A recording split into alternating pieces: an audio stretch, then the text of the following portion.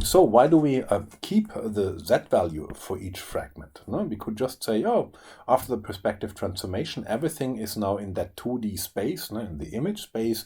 We only want to know what are the pixels which are covered by the triangles. So why do we actually need the Z value for each fragment? No? The Z value gives us the distance of the point which is seen through a pixel from the near plane. No? So into the near plane, so to say, we have projected everything. No? And so this Z value is then used in the upcoming fragment processing stage to perform a test, the so-called depth test. No? And what is the purpose of this depth test? Well, you can easily imagine that you might have multiple points falling into the same pixel. No? Let me draw this maybe here. Let us assume that we have our near plane here. No? So we are looking from here into the scene. Let us assume that we have here our pixels. No? And now let us assume that we have here just a couple of objects. No? And now you see immediately, if I would just might do the following, I take a ray here, for instance, and now I take this ray further into the scene. Now then you see that this ray here intersects multiple surface points.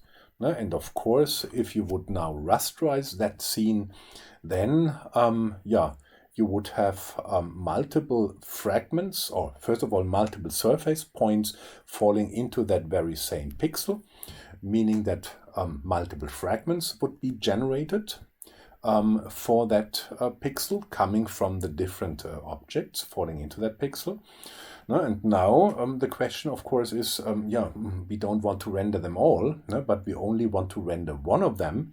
And under the assumption that all of our objects are opaque, so no other object which is further behind can shine through, we only want to keep the color contribution of the object point that is closest to that near plane, and all the others should be discarded. And the depth test does exactly this. When multiple surface points fall into the same pixel, then multiple fragments will be generated for the same pixel, and then we only want to keep the closest to the near plane. And this operation, this depth test, is performed in the fragment stage, or fragment processing stage, or fragment shader stage. Let us look here at an example which shows the problem of multiple fragments falling into the same pixel again, because there's one information, of course, missing, which I didn't say, but which I hope is intuitively clear to you. So, for instance, here we have 4 objects, and now you can imagine if you wanted to render these objects, what you would do.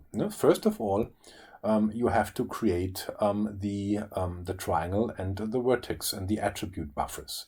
And so now the order in which now the objects are rendered is exactly the order in which you store the triangle information in the triangle index buffer.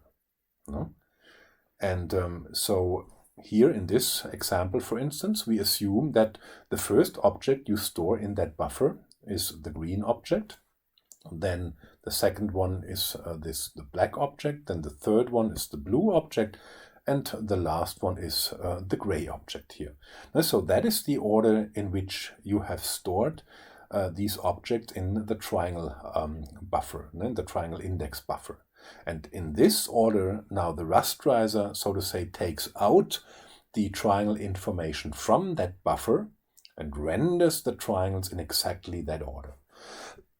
So now what does it happen? What does it mean? Well, it means, in this case, first of all, you draw the green object, meaning that for the green object, the rasterizer now determines, okay, that pixel here is covered by the green object, so let's call it green fragment is generated. Now comes the second object that is rendered. It's the dark object here. The rasterizer also computes for this object here the coverage in the pixel raster and determines, that pixel here is covered by that dark object. Okay, and now you would run into a problem. No, because, I mean, there is a fragment that has already generated for that pixel, and that came from the green object. Now comes a second fragment from the black object, which also wants to be rendered into that pixel, so a fragment is generated. However, that object here is further away from the near plane than the green one, meaning that this object here, or the fragment that corresponds to the dark object, should be discarded, right? Then comes the third one, the blue object. Also here, the rasterizer determines the coverage and determines, oh, that pixel here is covered by the blue object. So a fragment is generated. And now, the fragment that is generated is closer to the near plane than the fragment of the green one that has already been generated for that pixel. Meaning that now someone should decide, okay, the blue fragment should, so to say, overwrite the green fragment, because the blue fragment belongs to an object that is closer to the near plane and should thus overwrite whatever has been written into that pixel so far. And the fourth object then, or the last object then, again would also be rasterized, would also create a fragment that wants to be rendered in that covered pixel. But now again, because there is already the blue one, which is closer to the near plane than the gray one should be discarded. Yeah, and in order to do this in a consistent and correct way, we make use of the def buffer test. So, before we talk about the def buffer test, we first have to talk about the def buffer, because that is a buffer that is required in addition to the color buffer, which stores the pixel colors, in order to resolve the occlusion. And on a GPU, on a graphics processing unit, we have multiple buffers which are used during rendering. The most commonly used, of course, is the so-called color buffer or pixel buffer. And in that color buffer, for each pixel in the screen, at the end there is an RGB color value, and this is then what you see on your display system as the image that has been created. And in addition, what is stored in the color buffer is a so-called alpha value. We will look at the alpha value later on. The alpha value determines what the opacity of a structure is. So if the alpha value is 1, we assume that the object is completely opaque. So nothing from behind can shine through that object. If the alpha value is 0, then we would say that the object is completely transparent, meaning that we do not see the object at all, but everything from behind shines through without any attenuation. And values in between 0 and 1 gives a kind of a semi-transparency, meaning that we see a little bit of the object, but we also see the contributions from objects which are behind and shine through. And in addition to the color buffer, now we also store the def buffer. The def buffer has exactly the same size than the color buffer, so we have one element, one def element, so to say, for each pixel. And in the def buffer, we store for each pixel the def of the closest surface point rendered into this pixel so far. Or in other words, the def buffer stores for each pixel the def of the closest fragment that has been generated for that pixel so far. And what does it mean so far? Well, as we have seen in the example before, during the course of rendering, several objects are rasterized, and fragments for the very same pixel are produced by the rasterizer. And whenever such a fragment is rendered or wants to be rendered, then we use the content of the def buffer to decide whether the fragment can be rendered because it's closer to the near plane than whatever has been rendered before, or it is otherwise discarded. And so that means that the def buffer content is permanently updated. Whenever a new fragment comes in, it is either discarded or it is used in order to modify the def buffer content, because it is closer to whatever has been rendered into a pixel so far.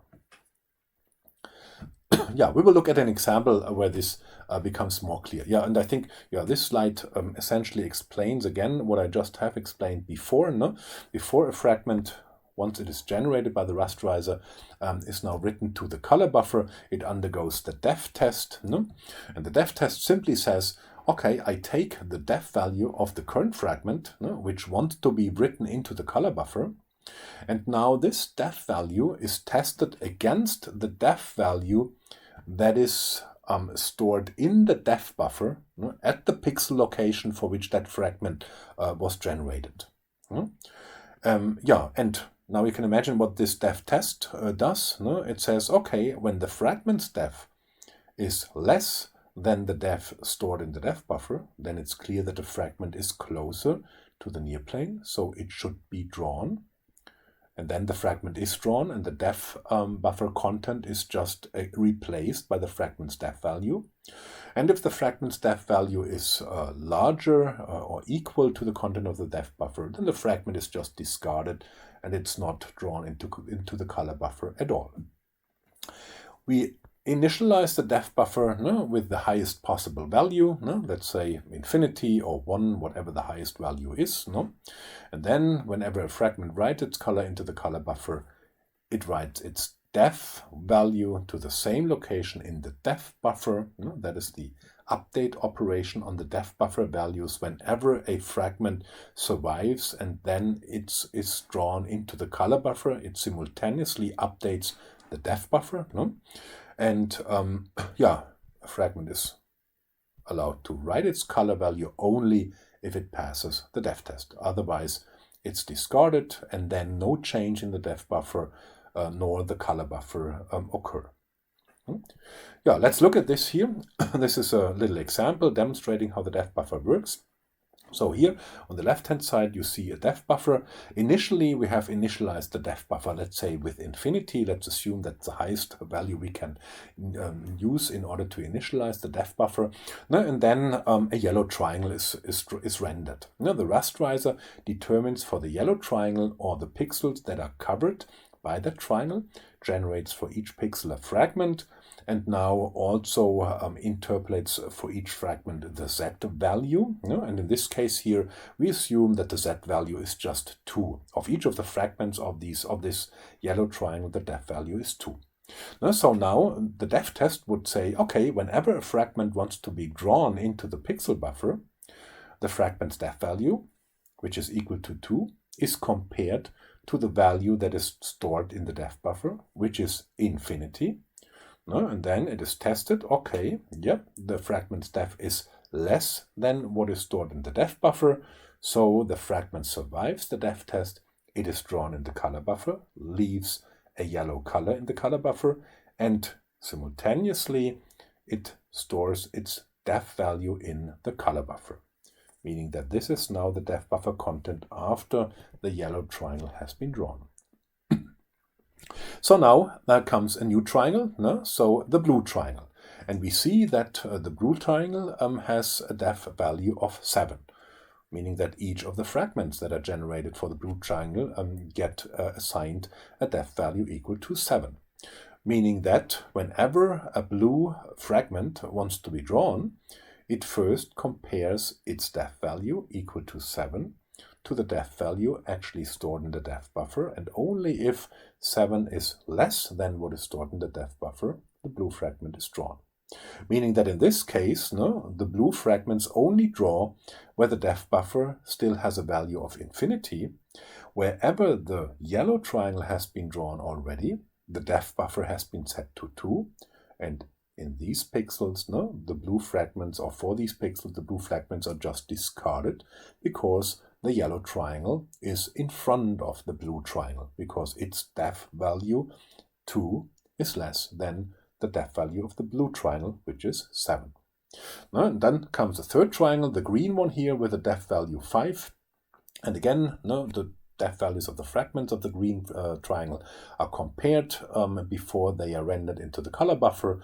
And now the 5 is larger than 2, meaning that wherever a yellow fragment has been drawn already and the def buffer content is 2, The green fragments are not drawn because their depth value of 5 is larger than the 2, but it's smaller than 7, meaning the green triangle is before or in front of the blue triangle with respect to the near plane, meaning that the green triangle overrides the fragment from the blue triangle, and of course where nothing has been drawn already, where the depth buffer is still infinity, the green triangle is also drawn. No?